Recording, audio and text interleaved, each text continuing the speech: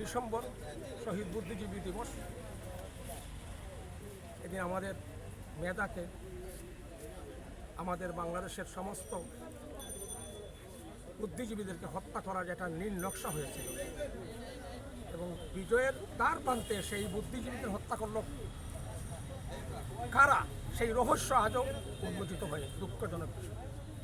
বিজয়ের দ্বার প্রান্তে এসে আমাদের এই বুদ্ধিজীবীদের হত্যা করা হয়।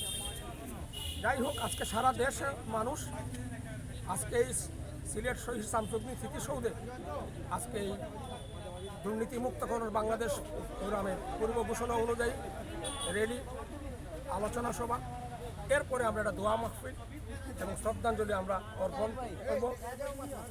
আমরা অর্পণ করেছি।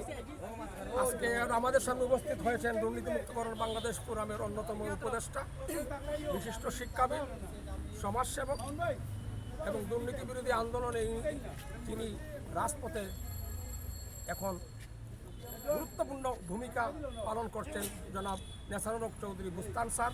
আর আমার বামে, আমার ডানে উপস্থিত দুর্নীতিমুক্তকরণ বাংলাদেশ ফোরামের কেন্দ্রীয় জয়েন্ট সেক্রেটারি, বিশিষ্ট আইনজীবী মামুন রশিদ অ্যাডভোকেট।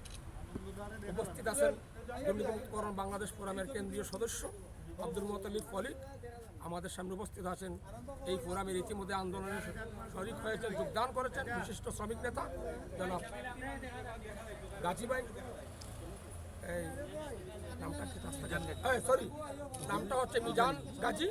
আমাদের সামনে উপস্থিত আছেন কেন্দ্রীয় কমিটির সদস্য, আন্দোলনের নিবেদিত প্রাণ, যুব সংগঠক রফিকুল ইসলাম সিতাব, দুর্নীতিমুক্তকরণ বাংলাদেশ যুব ফোরামের সভাপতি, কেন্দ্রীয় সভাপতি জনাব মিস্টার ইমাম হোসেন, সিনিয়র সহসভাপতি আমার ডানে নুরুল ইসলাম জিতু, সাংগঠনিক সম্পাদক সৈয়দ নূর আহমদ জুনেদ, আর আমার ছেলে মাসকুর হোসেন।